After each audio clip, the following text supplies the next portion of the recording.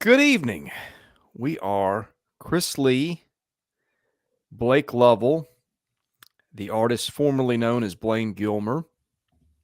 We are Southeastern 14. Man, I'm excited for our show tonight, guys. I think this will be the most stuff we have ever had to talk about on a Wednesday night. We have got two games with national implications this weekend in the SEC. We've got several other, I think, fairly evenly matched games that are especially interesting if you have a rooting interest outside the power teams in the league. We got the situation at Texas A&M. We got a coaching change at Auburn since we did our last live stream. We got a AD search at Mississippi State. Blake, you and I have angered Liberty fans. I mean, what else more can we cover tonight? We've got 1 hour to cover all this. I don't know that it's all going to get in there because I think there's going to be some Tennessee fans, some Georgia fans in here probably want to talk about this game on Saturday, but obviously, another big game in Baton Rouge with LSU and Alabama. And I think the Auburn coaching search certainly right there near the top of the list for, kind of curiosity right now. So, this is what we do here in prime time. Chris, prime time. Oh, that's right. There's also anyone the matter got that of connection there. Go right ahead. So, all right. The usual crowd's coming in. We've got Juan is here. Rusty's here. But we got a lot of good stuff. Rusty already calling a shot from the start of the stream here. So Harrison family's made it. So a lot of fine folks already in the chat. So yeah, it's going to be interesting. I mean, just the more and more I hear about Tennessee, who's obviously the greatest team that's ever been assembled in football. Here we go. 2 minutes and 14 seconds into the here we go. A greater offense than Joe Burrow and the 2019 LSU Tigers. I thought he might be able to hold it in a little longer. But more collection of talent than I've ever seen on one side of the ball. I'm just hoping, that it's a good game for everybody at this point. Just because it's going to be a national game. You want to see people, stay in for the ratings, and just maybe at this point, maybe Georgia won't get blown out. Well, Harrison family, the name changed even a couple of times pre-show. This it'll probably change mid-show, last maybe too. It usually does. What comes in? Let's start with this real quick because we do have a super chat. And by the way, you can give us a nice super chat. All you do is hit that little heart symbol down there with the $sign in it. That just donates to the show, allows us to do more of these streams and videos for you guys. So Nathan, we appreciate the super chat right off the bat here. $2 super chat. Your picks, gentlemen. Who's the under the radar kind of player to look for in this Tennessee Georgia game on Saturday? Darnell Washington. And here's the reason Darnell Washington is the player to watch is because Tennessee is very good at stopping the run in these more traditional style of offenses. But I'm going to tell you, I don't think there's anybody else in the country that has a 6'8", 280-pound tight end that is so involved in the running game, and I think that's where you're going to see him make a big difference. Is that, but not because of so much. He is a mismatch. I think they'll throw him the ball. He's Georgia's, I think, third leading receiver on the year, but his ability, him and Brock Bowers, to be able to mesh with that collection of talent on the offensive line. I think Georgia runs the ball well. I also think that Tennessee is not going to just be outright stopped. I don't think Georgia's going to outright stop them because I don't think you can outright stop this Tennessee offense. I think they're going to get their yards and they're going to get a certain level of points. I am still with Blake on this, though. Overall, I think this game hits the under because I think both of these defenses play a little bit better than people think on Saturday. I feel like when we have this kind of game, Chris, it's like we're always just, we're thinking, all right, this thing's going to be 48-45, greatest game, right? Like, I feel like that's always, but I don't know. The more you look at this game, I think it's going to be lower scoring. I don't want to say no one's going to score because obviously you look at these two offenses, but I'm curious to see how that plays out from a, just kind of like a scoreboard standpoint in terms of how many points are put up here. I think the under, but again, we're not professional bettors, to say this for the 50th time. But if we're just talking about how we see the game playing out from a scoring standpoint, I think we'll see some pushback from the defenses perhaps in this one. Here's an interesting thing, and I know everybody knows Georgia has a good offense too. It's just been Tennessee's has been the talk of everybody. Georgia averages almost as many yards per play as Tennessee. Georgia's 7.24 to be exact. Tennessee's 7.4. So Bulldogs are pretty explosive too. Trying to think of under the radar players. I mean, I'm not sure how many under the radar players there are in this game, especially on Georgia's side. I do wonder if Cedric Tillman has a bigger game. I mean, Jalen Hyde has gotten all the attention. Brew McCoy's had some big games. I don't know if that qualifies for under the radar, but I do wonder if his role is a little bigger this week.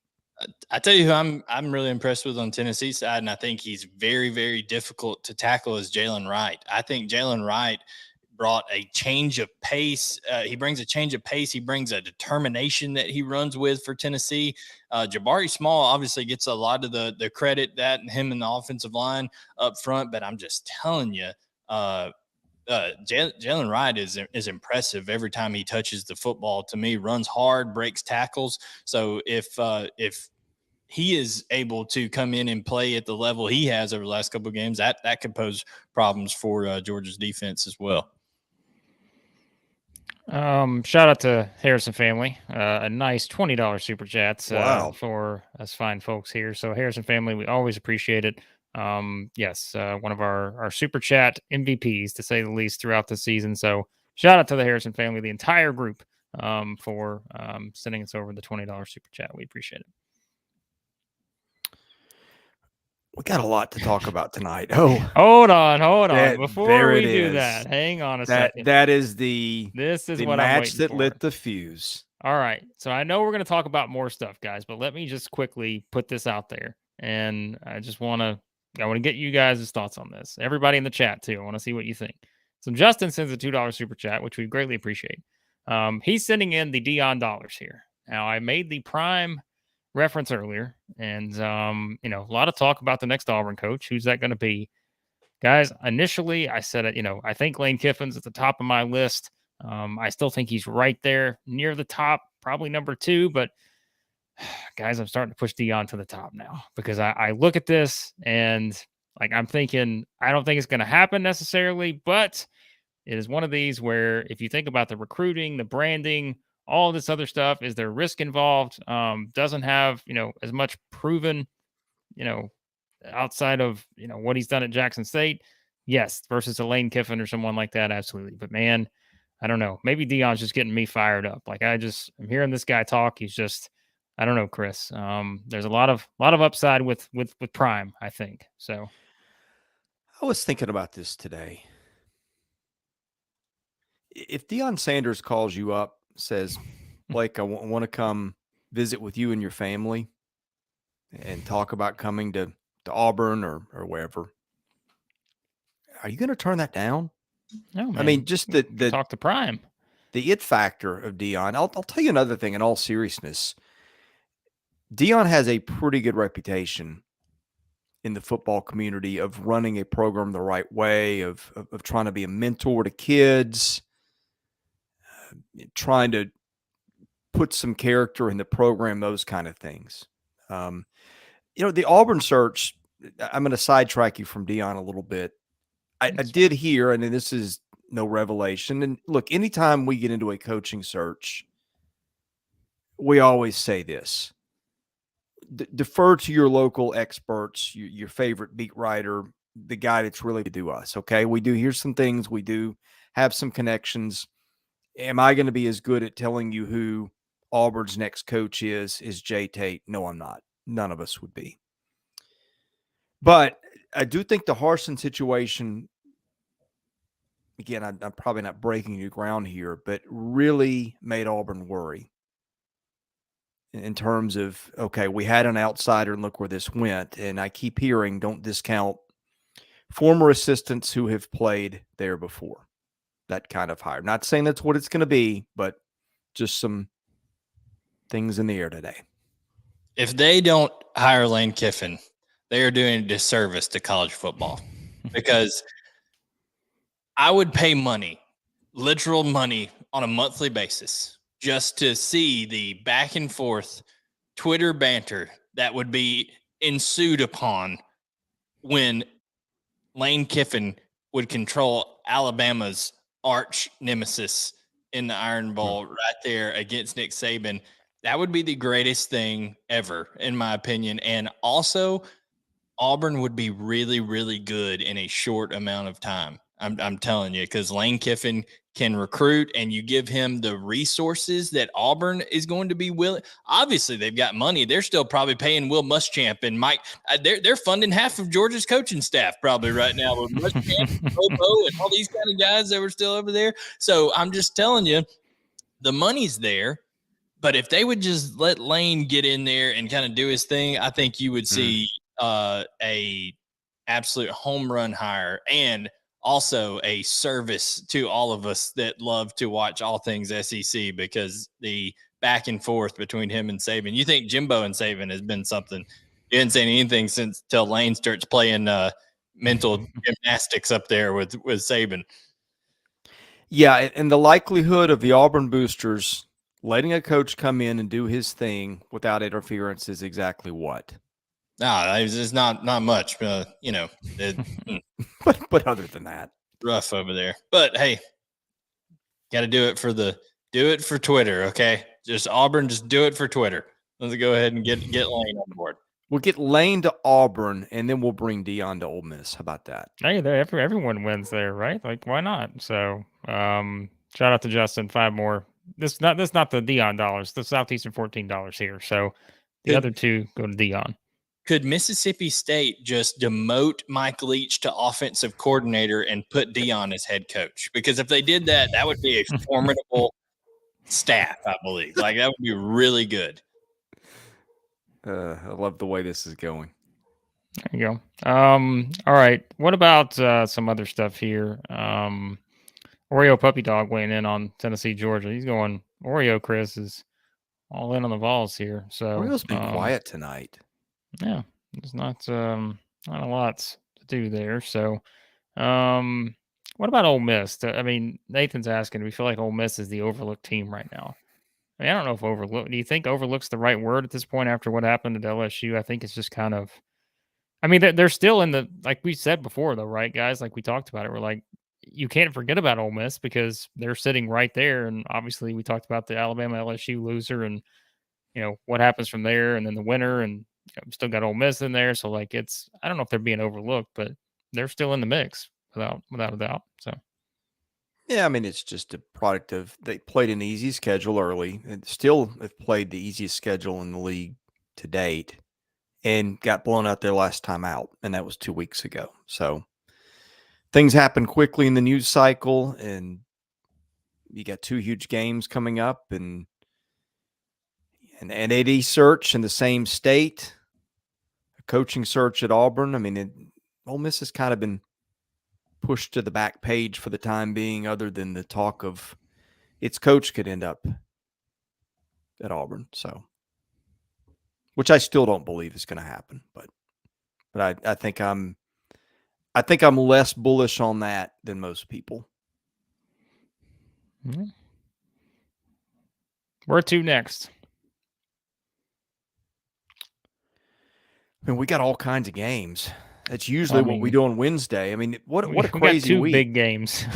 I think the rest of the games are important in their own right, but I mean, again, by the way, if you're just jumping in here and you haven't followed the channel before, hit the subscribe button. But we have a video for every single game on the schedule already, and we've done what, guys, 30 minutes on Tennessee, Georgia, 20 something on LSU, Alabama. So we have a lot of thoughts in each of those individual videos. If you want to watch those, you can. And again, this is your show on Wednesday nights. So continue to send in your questions, comments, super chats, all that good stuff.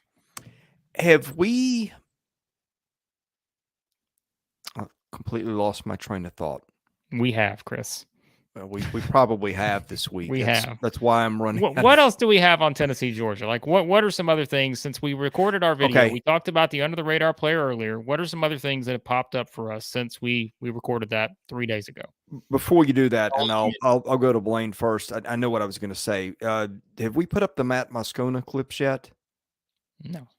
Okay, we have an LSU point of view on that Alabama game that'll be making its way to our channel in the morning. So just for people to know, we are going to dive in a little deeper on that one. Not that we won't discuss that here, but that's going to be out in the morning. And I need to work on getting somebody from the Knoxville market, which will not be hard.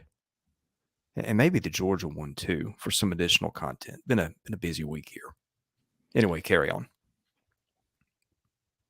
Got a lot of people asking about Nolan Smith and the impact of that injury. The biggest impact on Nolan Smith in this game is going to be from a leadership standpoint. Clearly, Georgia is not dearth of talent behind him. They're not, they're not destitute at outside linebacker when it comes to talent. I mean, you don't have 3-4 number one recruiting classes, especially with a defensive head coach like Kirby Smart, and be devoid of talent. But where Nolan Smith makes a big difference, Chris, he's played in these huge games. He's been on the field. He knows the little nuances of mainly how to fit in the run game. And that's where the key is going to be. Even on Sports Center today, people are saying, well, Tennessee is they're not much in the run game. They're a pass-happy offense. That just proves that ESPN does not watch SEC football the way that they should, because they run more than they pass. Tennessee has ran it over 350 times. They've passed it 250 times. There's 100 snap disparity in what they've done there. And Heupel wants to run the football if he can, and then set up the shots. That's what he wants to do. So I think when it comes down to it, you're going to have to see Marvin Jones Jr., Chaz Chambliss, Robert Beal, Smile Munden, Jalen Walker, all of these guys come in and try to fit the run better than anything, because you're not going to – Tennessee is designed in a way where you're not going to sack Hendon Hooker a lot, especially from edge pressure. If anything, you have to do it through interior pressure. And I think obviously Georgia would love to have Nolan Smith in this game, but the fact that they're getting a fully healthy Jalen Carter, I think they would take that trade off any day of the week, because Jalen Carter, that's where the pressure has to come from. If you're going to get to Hendon Hooker, you have to collapse the pocket from the middle. Chris, anything to add to that? How big of a player is Christopher Smith in this game, Blayne? I mean, he's huge. He's him, Keely Ringo. Like, the Malachi Starks is a freshman safety that has played tremendous at times. He made a terrible miscalculation in the Florida game where he was playing high cover 2 and came down at a flat angle, and they scored in that third quarter. So that is going to be something that they try to that's something they're going to try to correct on there. But I'm telling you, when it comes down to it, I mean, the secondary last year was the most questionable part of Georgia's defense. Now it's one of the most experienced parts of Georgia's defense, with Christopher Smith, with Keely Ringo, even with Kamari Lassiter, who's came out a little bit, but and played well. Tyke Smith, who really popped. I watched the end zone copy of the Georgia-Florida game. He really started to pop on film. He's getting that twitchiness back. He's recovered from an ACL injury, and he's starting to come back and play a little bit at their star position.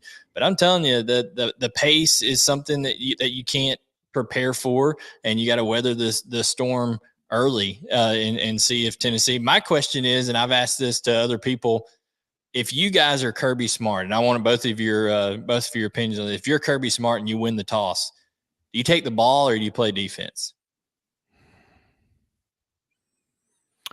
I think I take the ball. Blake, what do you think? You take the ball or you play defense? And my reason is I don't really want to play from behind against them. So you're just forfeiting that you're going to give up a score first series. I think you play defense. No, that would be my I'm first realistic. thought, but They're scoring 50 points a game. But Georgia's great defense, but Tennessee's going to get some points. They'll get some points. They'll get some yards. I don't think that you're going to see either team in here. I think both of these defenses are going to play well. I really do. I think both of these defenses are going to play better than people do. People are comparing the stat lines of Stetson Bennett and Hendon Hooker, which I think is hilarious because these are two totally different designs of offenses and how they attack and the strengths of them. You got Tennessee, who the strength on the outside is the wide receivers, deep shot play wide receivers, and the strength of Georgia's offense is their offensive line and their tight ends and running back play. So I think, styles make fights, is the old saying. And guess what? If you'd have told me coming into this game that Georgia both throws the ball more and Stetson Bennett has more passing yards on the year than Hendon Hooker, I wouldn't have believed you, but that's the case.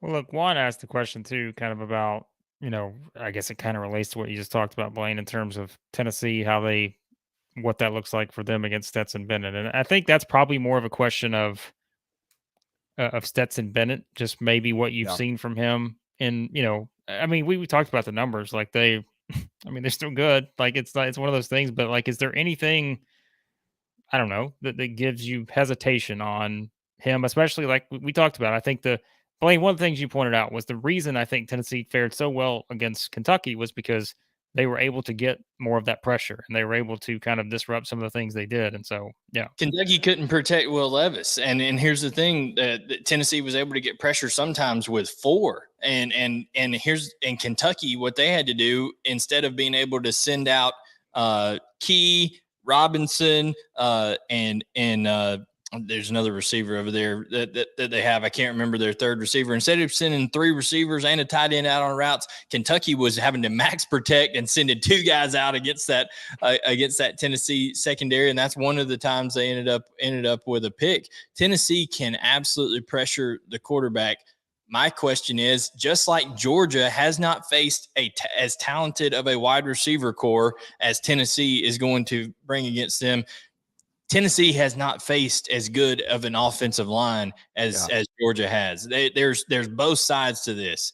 All I'm saying is I think that there's a reason that this line has not crept down below 8, and I think it's because Vegas values the quality of the offensive line play that Georgia has. And when it comes down to it, one of these quarterbacks has won a national championship and been in the playoffs and been the MVP of the Orange Bowl and of the national championship game, and one hasn't.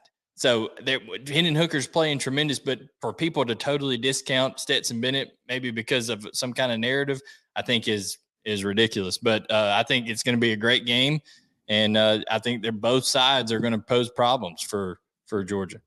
I mean, both sides are going to pose problems for each other. Have we talked about sort of the offensive line yet play? I mean, we've talked about so many angles of this game. Going up against that Georgia defense, we kind of talked about Nolan Smith and the impact and all that earlier. But I mean, again, that's a big part of Tennessee's offense, right? Is being able to protect their quarterback, and like we talked about earlier, being able to still run the ball too. So I mean, that goes without saying, right, guys? I mean, that's a huge part of the game. So. Oh, huge part.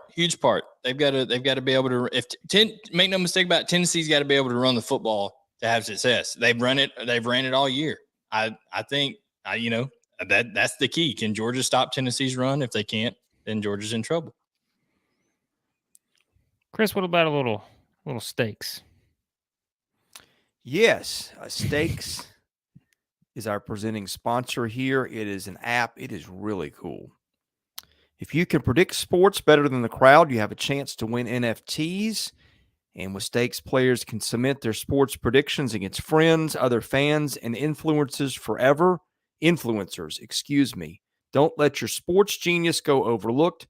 Join Stakes and have the best predictions captured in the moment. head to playwithstakes.com/14. Use our invite code Southeastern14 for a double welcome bonus. We will be getting some predictions in the app probably tomorrow. We're usually a little earlier on that, but you can also put your predictions in there too. You can make calls on games. You can follow our handle at Southeastern14. It is free to play, free to join. It is not a betting app. It is just a predictions app. It's a lot of fun, win stuff. And you know what? If you beat us, let us know about it. So go to Stakes, have a good time, and help the people who help us out. By the way, real quickly, shout out to Justin again, another $5 super chat. Justin, you're trying to set the chat. Trying to burn down the chat here. I mean, we've talked about Tennessee. I mean, well, I do appreciate trying to get everybody to the likes. Let's hit that like button. If you're in here, you enjoy the show, hit the like button. If you don't enjoy the show, also hit the like button. How about that? Everyone wins. So you can do that, Justin. As always, we appreciate the super chats. Also, what's going to be the next bag of shame game for Chris? Chris, when you bringing the bag of shame back? Oh, well, I mean, I picked Tennessee to win. So if Georgia wins by 30, Tennessee, Chris is look. If Georgia wins narrowly, that's not a bag of shame game. That's just it didn't go well. If Georgia boat races them, then the bag of shame could come back. There you go. I don't think we have another bag of shame worthy games this week that I'm aware of, but maybe down the line with something. Maybe Chris will pick an SEC team to go to the Final Four this year, and they'll get put out in the first round. Then the bag of shame will return. So.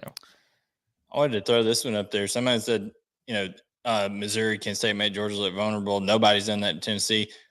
I think Tennessee's went to overtime this year. I believe they did go to overtime with Pitt. So, and Florida had the ball at the end with a chance to beat them, lost by 5. So it's not. I don't think either. Here's the thing in football. It's never as good as you think it is, and it's never as bad as you think it is. So these are two great teams, and I think it's going to be very, very entertaining game. Yeah, definitely going to be entertaining, to say the least. Juan's putting his picks in, guys. Juan's giving us he's saying take these to the bank this week.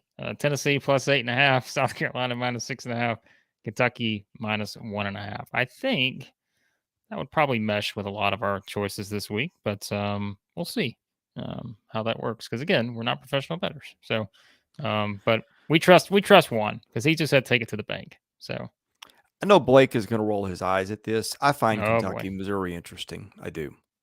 Why would I roll my eyes at that? Missouri just because won a game. You said that South Carolina. Other than the big 2 games, none of the others okay, matter. Chris, but if we're talking about importance, I mean, I'm not saying these games aren't important, but there's no comparison to the other 2 games right now. So that's all I was saying. I agree with you. I think that's when intriguing. did I claim that? I want to see that. I want to see the effort that Auburn comes out with. With Harsin gone, do they come out and play hard? You've seen other teams do that. Nebraska has shown more effort this year after Frost is gone and all this kind of stuff. So we'll see. Hey, how about a time for John Cohen to leave Mississippi State? I mean, the next game up is Auburn.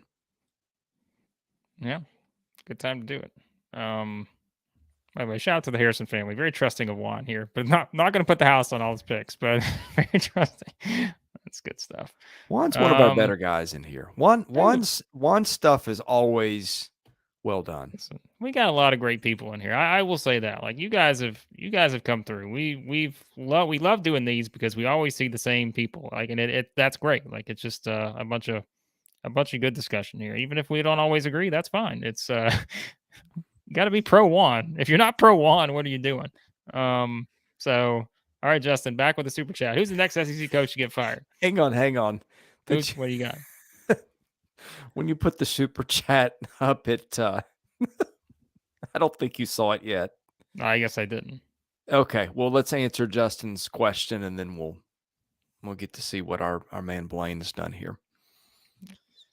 Oh okay. man. Okay. Let's answer this and then we'll get to it. Eli Drinkwitz, but I mean, I don't know. I mean, I don't know who else would be looking to get rid of a coach right now. I think the one that might leave is Mark Stoops, because I think may end up getting an offer. I heard that he may consider Auburn if that comes up. Now, I don't think he's may not be at the top of the list, but I was shocked when I heard that today. Now, look, let me be really clear. I'm not sure who Stoops' agent is. Jimmy Sexton, who represents darn near everybody of significance, it seems like, is very good at getting his clients in discussions.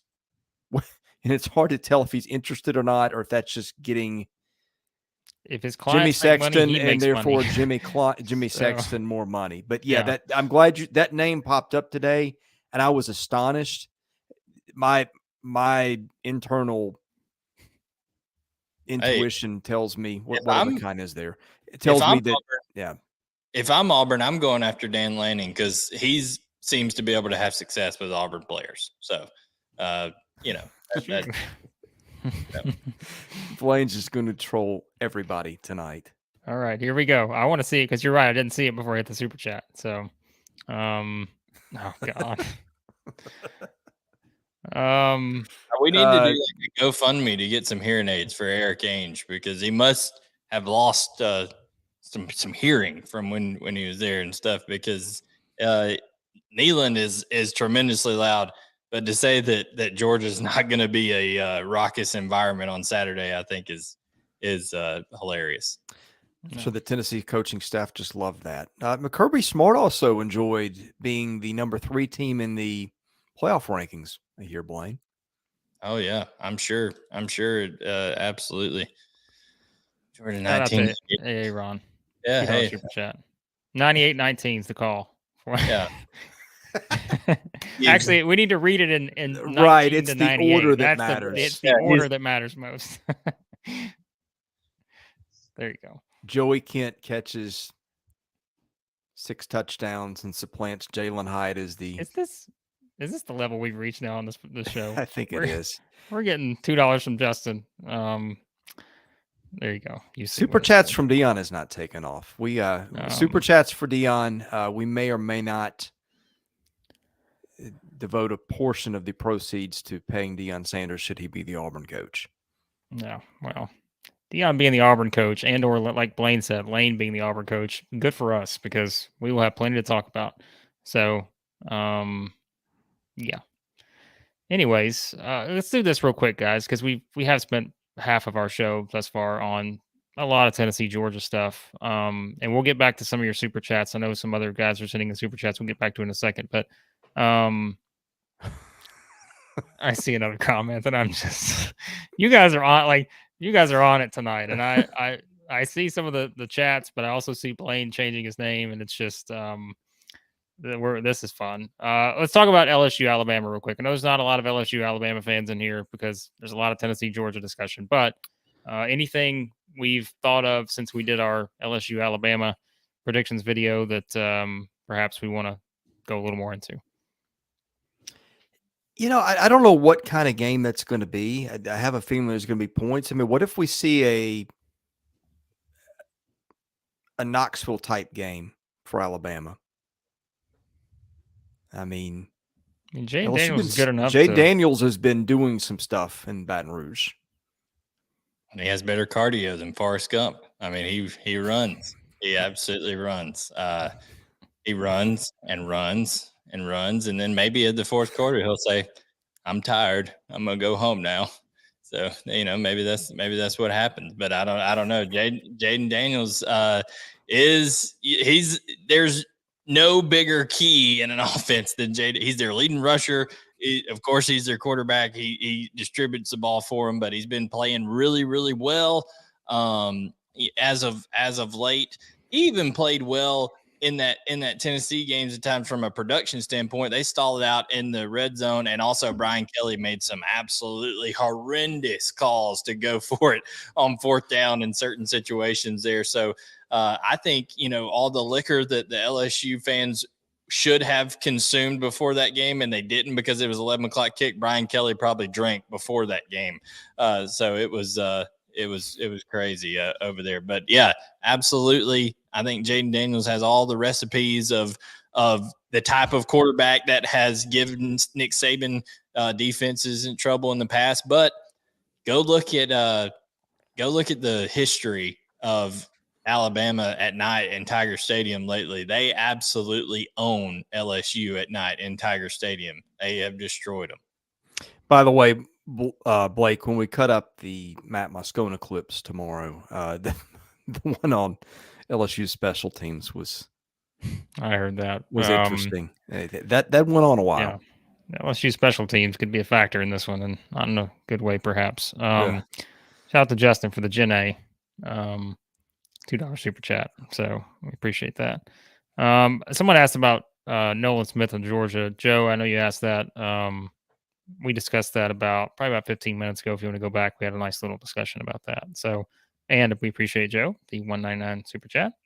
Much appreciated. So, anything else? I mean, look, like we said, guys, I mean, we only have an hour here, so it's like, I know some people want us to get into every game or all that, but we just try to hit what you guys want to talk about. And, Bam LSU, we did talk about it quite a bit in our predictions video, so you can find that on the channel. So the winner of the Alabama and LSU game the head coach gets to name that they're taller than 5'8". There you go. So no Liberty trolls in here tonight, Blake. That's okay. A little surprised. I'll save that for Twitter. We upset the Liberty fan base this week, apparently. That's okay. But speaking of that, like, I'm just saying, like, Hugh Freeze, anyone who thinks Hugh Freeze doesn't want an SEC job, I don't really know what to tell you. Because I think it's safe to say he does. Now, whether it's going to be Auburn, I have no idea. Whether he'll get one anytime soon, I have no clue. But yeah, I mean, Harrison family, like I said, that's an interesting game this week, right? Yes. Arkansas Liberty is a very interesting game because you do have a Liberty team that's ranked in the top 25 in the poll. Going to Arkansas, a team that's playing better and seemingly getting healthy. So that's a fun matchup. Again, I'm not saying none of these games matter. I'm just talking about in terms of the significance on a national stage. But for Liberty, this is significant on a national stage, I suppose. So A&M Florida could be interesting too, for the usual reasons that A&M games are interesting. Although they found something with Connor Wegman. There's a little light at the end of the tunnel after that. No, you're right. They did. They looked better. Man, it's wild though to think, right? Like, what are they, 3-5? Is that right? Yes. They're keeping 7-5 alive over there at Texas A&M. Keeping 7-5 alive. You can get some merch going up here on SEC 14. It's going to have 8-4 written on it, but marked out, and then it's going to say 7-5 below it for Texas A&M. What are the chances A&M runs the table to get to 7-5? Florida at Auburn, UMass, LSU. I'm going to say not good. I don't like that LSU one for sure. Florida, Auburn, and UMass, they can beat all them. Yeah. Shout out again to Justin. Hugh Freeze wants an SEC job as bad as he wants an encrypted phone. So there you go. $5 for that, Jim. Yeah, we'll see. So let's see. Charlie asked an interesting question. If Hendon Hooker and Tennessee beat Georgia this Saturday, is he guaranteed the Heisman? Oh, you still got CJ Stroud, but I mean, he's the leader in the clubhouse right now, isn't he?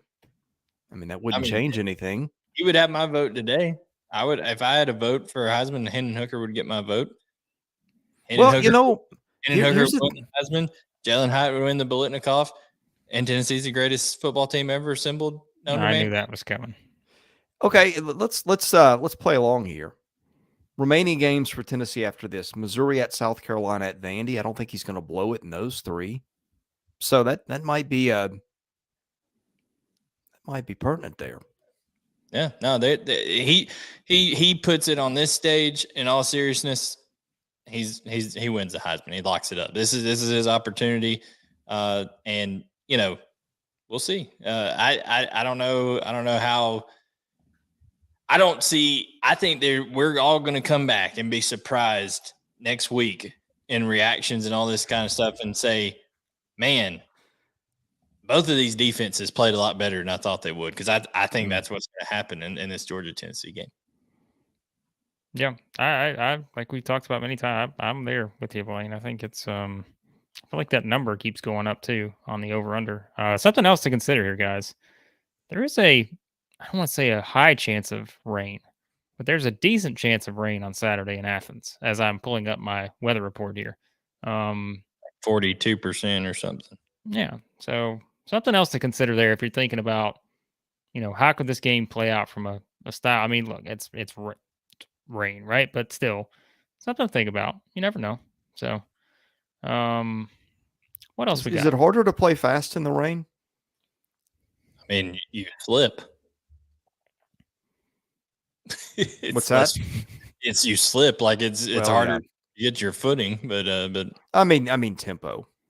I wonder how high the grounds crew has. They didn't play a game there last week. They may have pulled a Notre Dame and let that grass get a little high in Athens this past week. There you go. Mark's comment. It's going to rain because an orange storm is coming. That's why the rain's coming. There you go.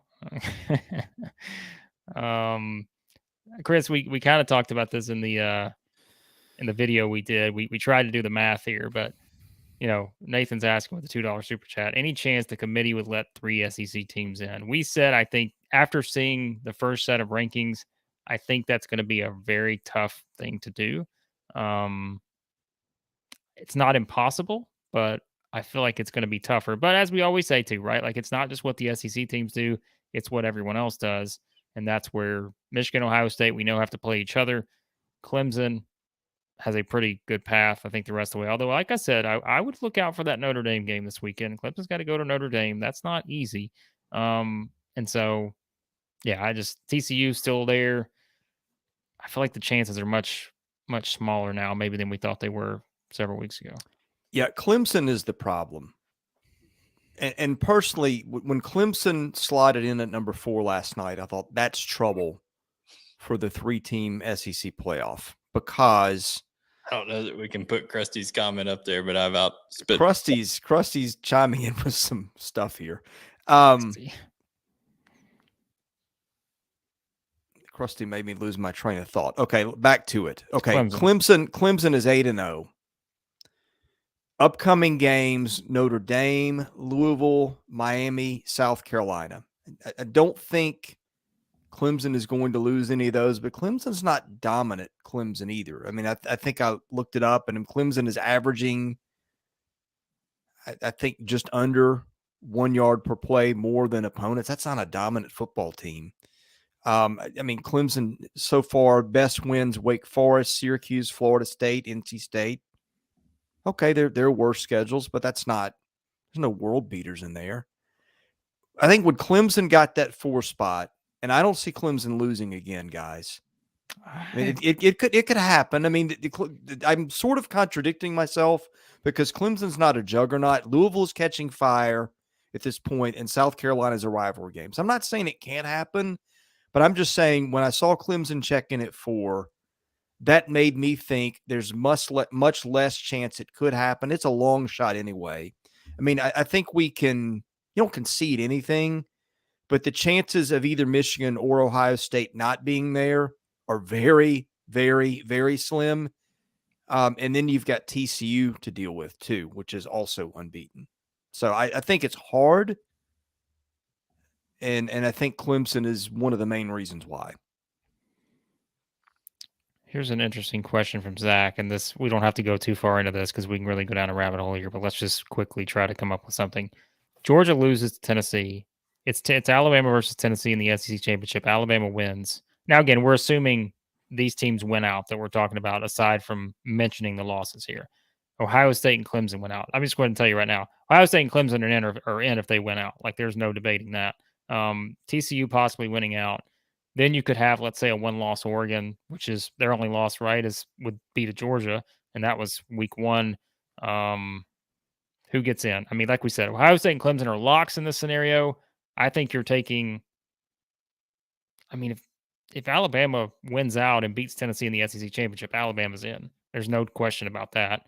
Then I think it becomes – if Tennessee beats Georgia, wins out with their 1 loss at that point would beat Alabama in the SEC championship, right?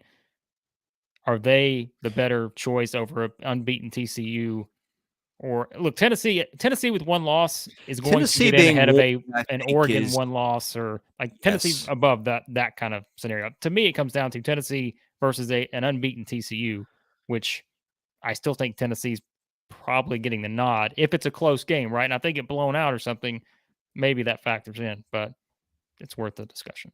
Well, I think if under Zach's question, I think Bama and Tennessee are both in. Now, here's the interesting one I was thinking of, because it'll be very interesting to see how the committee would process this. Let's say that, let's see, how would this have to happen? Georgia beats Tennessee Saturday. What? Tennessee runs the table the rest of the way, will not be in the SEC championship game. Georgia runs the table the rest of the way, which is why Tennessee would not be in the SEC championship game. And then Alabama beats Georgia. Okay, you have 3 one-loss SEC teams at that point. I think Alabama would be in by virtue of being the champion. Okay, do you look then? Well, here's what I'm getting at. Do you look at the SEC and say, let's take 2 of the best 3 teams of those, all consider them pretty much on equal footing, and say which are the 2 best SEC teams if you're only going to take 2? Or do you say you pick the one team, which would be Alabama, and then you're comparing Georgia and Tennessee head to head rather than taking them 2 or 3, you eliminate one and then compare head to head? Because the problem is everybody's in this little circle where one is beating the other, if that makes sense. It may not have, but it makes sense to me. There you go. That's all that matters. It's just, I mean, we can. Well, it's like a 3-way tiebreak in playoffs, right? Like sometimes the 3-way, like you don't want this other team to join you in the tiebreak because then you beat this team in a 2-way tiebreak, but then the third team joins and you don't win it under that scenario. It's something along those lines. There's no way. There's absolutely no way that 3 SEC teams are going to get in. They're now that the only hope that anybody would have had for the Big Ten to have been left out would have been if Ohio State had lost that game to Penn State this past week when they were down in the fourth quarter, and then beat Michigan and Michigan lose to somebody else beforehand. But that's over with. So the Big Ten East is going to get somebody in, and then the SEC is going to get somebody in. I think if TCU goes undefeated, I think they'll end up getting in because they've had a lot of quality wins, in my opinion. I think they beat a lot of good football teams. So, you know, they beat a West Virginia team this past week that went neck and neck with Pitt, and hey, Tennessee went to overtime with Pitt. So there you go. Okay, I just ran that scenario, just ran that through the 538 playoff tracker, and I think I broke it. Because when I put TCU going unbeaten, I saw something come up I've never seen. It says unlikely to happen, ! Because this happens in only less than 1/4% Yeah, well, there you go. of all simulations. I've never seen that before. How could you say that TCU couldn't go undefeated? Well, it was with all the other conditions that I put in. Oh, well. Okay, let's throw TCU out of it. So that the question was, and again, these are 538 odds, right? I'm not saying I would swear by them. They're pretty good at what they do. And this is a tool to be able to do this without making your head spin. Under the scenario that Alabama wins out, what do we have? We had Georgia losing to Tennessee. Okay, under your scenario, Ohio State, greater than 99% chance to be in. That's not news. Clemson, 98% chance to be in. Alabama, 97% chance to be in. And then the computer really doesn't give anybody other than Tennessee much of a chance. Tennessee, that's interesting. Tennessee only a 42% chance at that point, but it's better than the next best candidate, which is TCU at 18%. Right. So there you go. Michigan would be 10% in that scenario, by the way. Well, here's the point, Charlie. Yes. Once they expand, we're going to all be talking about the team that got left out, the number 13 team, NCAA tournament we talk about every year, the 3 or 4 teams get left out. Yeah, that's just how it works, I think. Let's see. There was another thing I have. Yeah, I appreciate this, Stephen. Yeah, sometimes we talk about everything. We don't just talk about the games necessarily, because by the way, we do keep reminding everyone we have individual videos for every single game that is going to be played this week that are already up on our channel. We do this as more of just reacting to what you guys want to talk about. But I do appreciate Stephen's question, because he did ask a minute ago some of the other games. What our thoughts are on that? Is there anything that stands out with some of the other games? We talked about Arkansas and Liberty a few minutes ago. Obviously, a very interesting matchup. Missouri, Kentucky, Chris said, I think just that's more fascinating than probably we would have thought. Anything else, guys, like beyond the top 2 games? Like, what's the biggest thing you're looking for in not every game? You know, what stands out with some of these games? I know Blayne mentioned, how does Auburn play after their coach gets fired? There's a lot of interesting storylines. How does South Carolina bounce back after losing to Missouri? There's some fun stuff to kind of kick around in there. The line on South Carolina Vandy has dropped a little bit all week. I think Carolina a 6.5-point favorite. I think it's going to rain in Nashville where we are. Carolina's own Vandy. Vandy at some point is going to break that losing streak. Carolina turns it over a ton. I'm not picking it. In fact, I would probably take Carolina to cover, but it's not. I mean, crazier things have happened. At some point, Vandy's going to win. I'm probably not going to pick it until it happens, but that's one thing to watch. I think Florida A&M is interesting for its own set of reasons. Florida was, had a nice little second half last week. A&M played, I think, better than I thought it would against – who did A&M play last week? I've already forgotten. Ole Miss. Wegman was really good in that game. I mean, those are some things to watch. Yeah. What else? Justin just wants a Vandy win. Are they going to snap the streak? Chat, we're asking you, is Vandy going to snap the streak this week in South Carolina? A lot of Tennessee fans in here, Justin, so I think you probably know what the reaction is going to be, the answer. But appreciate the super chat as always. And another one from Justin from earlier. Hit that like button. Yes, if you're in this thing here, hit the like button. That's all we need you to do. Just hit the like button, hit subscribe. We appreciate all you guys. So do that. Helps out the channel. And yes, we greatly appreciate that. So we haven't mentioned Auburn, Mississippi State at all. Well, I mean, one team just fired their coach. I think that's the bigger story for a lot of people. I mean, right. I think that's it. It's just, how can we know what to expect from Auburn given that they just fired their coach? So we already pegged Mississippi State, I think, as a potential blowout type game in that one. So I don't know, but you never know, I guess. So matchup doesn't seem great for Auburn. That's what I think. But all right, what else we got? Let's see. We're winding down here in the final 10 minutes or so. So this is the time that if you want to start sending in some of your score picks, we know there will be a lot of them that are going to come through. So give us your scores. Tennessee, Georgia specifically, but if you have some other scores, drop those in there. And as Harrison Family says, every time you hit that like button, you're feeding puppies all around the Southeast. So that is always appreciated as well. But again, start sending your scores in. You guys have fun with that. We got Aaron's earlier, 19-98. But anything, and some of you other guys already sent your scores in as well earlier. But if you want to get them back in, go for it. So, God, 58. Mark's still on the 55-28 train. So, by the way, people were asking earlier too, the Clemson Notre Dame game. I mentioned that. That's at Notre Dame. Some people were asking where that game was being played. It's at Notre Dame. It's a night game. Clemson only a 3.5-point favorite in that game. So Notre Dame coming off that big win at Syracuse. So I wouldn't sleep on the Fighting Irish here in this one, but we'll see. Computers still like Notre Dame.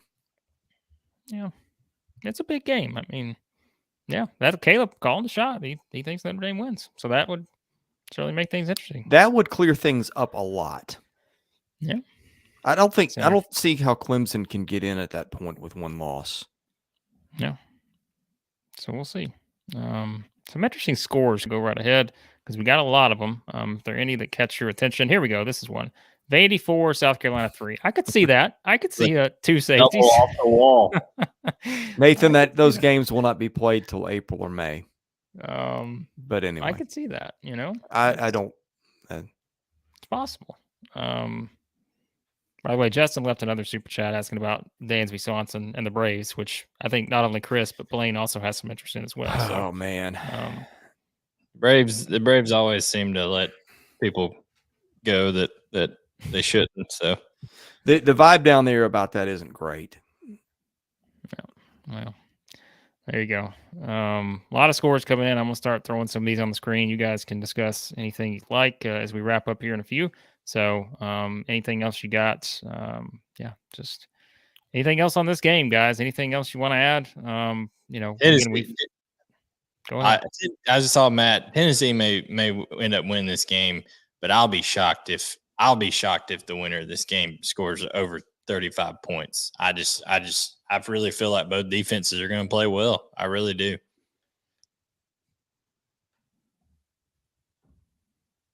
Chris, anything? Like, I was going to throw it back to you. You're the one. I'm peppering us with the questions tonight. I'm playing air traffic control here. I'm trying Ed to get McMahon some scores. Here. Like I'm trying to get some scores here that people are putting up, and Krusty's got the dogs big. Aaron going all in on the doors this week to snap the streak. So JP's trying to remind everyone that Kirby is going to make some adjustments. So that will help out as well. I know one thing they're not going to do. They're not going to rush 3 the majority of the game. Georgia isn't like Alabama, and it just kind of let them pick them apart. I don't think that's going to happen. Here's what I'm rooting for. I'm rooting for what Relaxation Station is going with. 125, 106, and 20 overtimes. Now, I don't know how it gets to 125, 106 if in overtime. I don't know how the 19, I don't know how that equates, but I'm all for it if it happens. We'll be doing a live reaction about 4 a.m. at that scenario.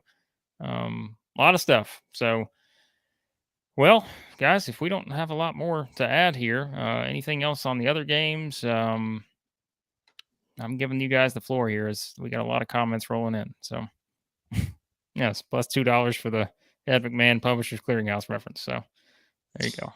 Who do you think has more rushing yards in this game, Hendon Hooker or Stetson Bennett? Hooker.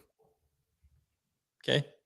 think by virtue of the pass rush, maybe is that something that's like? Well, Georgia? yeah, that's the thing that as soon as I said that, I thought, well, Tennessee's had more sacks this year. But you could play that on either side, though, right? Well, I think you could see Georgia, and Georgia's got a phenomenal offensive line, but sometimes rushing yards are a product of being flush from the pocket when you're trying to throw. So there's that. And I mean, Tennessee has generated more of a pass rush, but has also not played the line it's about to face. Yeah. So I just think it's interesting that last year Tennessee had the opportunity to get off the field 3 times on 3rd down, and it was Stetson Bennett's legs that extended those drives. So I think he hasn't ran as much this year. I think that'll be a little bit more of the game plan this year. I think Hendon Hooker and Stetson Bennett are like, I think that's a fantastic just little back and forth there. People want to look at the touchdown, stats is there and all that kind of stuff. I'm just telling you, I think these are 2 25-year-old quarterbacks that are totally in control and doing of what their teams ask them to do. And I think it's going to be a great QB matchup, a great matchup of 2 really good teams. Like, I got something for you here. Mm-hmm. What happens Monday? What do you mean? Basketball season. Basketball season starts. As Rusty said earlier, don't worry, I've got the comment pulled up here. Yes, next Monday, once basketball season begins, I officially start my second job as Dennis Gates, new Missouri head basketball coach, his agent. I will start that second job on then. But we're already doing some of that work. So if you are not just looking forward to these 2 monster games on Saturday, in addition to all the other games, if you do have any care whatsoever about basketball, we got team previews up for every single team. We've already recorded them. They may not all be up yet, but the Georgia Bulldogs just went up this evening, and so you can check that out. Probably more thoughts on the football game than Georgia's exhibition game last night, but that's okay. You guys can check that out when basketball gets started on Monday. Justin, we will have our Vandy versus Memphis prediction for you on Monday. That will be a video that you will be able to watch on our channel if you hit that subscribe button. So, yes, plenty of basketball stuff coming. Season starts next week. We're doing power rankings tomorrow. I think Maybe. so, but they will be up soon. By the way, Mark pointing out Tennessee to beat the Zags. Big Tennessee fan. I thought it was 19. Yeah, and we're calling that is what it's called, a scrimmage, an exhibition. But I think that was played more like a regular game than most of these are. From what I hear, I didn't see it. Don't count the record. Don't talk about my Zags. Leave my Zags alone. Oh, that's right. I forget that's a sensitive spot with you. But yeah, we fan tune into the power rankings because I'm not going to tell you where I'm going to pick Tennessee, but I think I know where I'm putting the Vols. Going back and studying these teams before the start of the season, I'm feeling pretty good about what Rick Barnes could do there this season. And we're going to do our top 35 players. Is that where we? I'm going to do top 472. 414. Everyone that's played the past 3 decades. But no, we got all the basketball stuff. If you want that, it's there. Obviously, all our football stuff, all our videos, prediction videos for this week are up. Check all that out. Only way to make sure you get everything we do, subscribe, turn on notifications. That's the way to do it. 2 steps. That's it. Hit subscribe button, turn on the notifications. Well, someone earlier said they weren't getting our notifications. I wish I could help you, but we don't have any control over that. That's a YouTube thing. So just turn them on and be good. So any parting thoughts from either of you guys? I just got to go upstairs and make sure my wife hadn't gone into labor yet, So that's right. Speaking of that, where was our man Tyler tonight? He's a new dad, man. Where do you know where he's at? He's trying to get his kid to sleep. The early evening feeding. Yeah. We've all been there and done that. There you go. Blake, anything from you? No, we've like I said, we appreciate you guys as always. Always great comments, great interaction. We really appreciate all the super chats. That helps us out a great deal.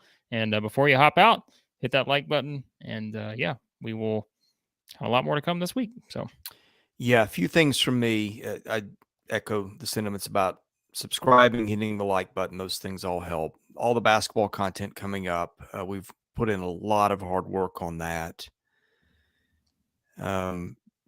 Subscribe, tell a friend, and be sure to go on the Stakes app. That is really cool. They do a good job of helping us out here and doing their part to make this possible. So we appreciate them. Other than that, everybody have a safe weekend. God bless you all, and we'll see you again very soon. Don't know the schedules yet on a live stream this weekend. I've got family in town, and I know we've all got our various things. We always like to do live streams on Saturday. We will try to get 1 or 2 of those in, but I'm going to be touch and go on that. So in any case, thank you all for watching. Again, God bless everybody. Have a safe, fun, and happy weekend, and we'll see you again soon at Southeastern 14.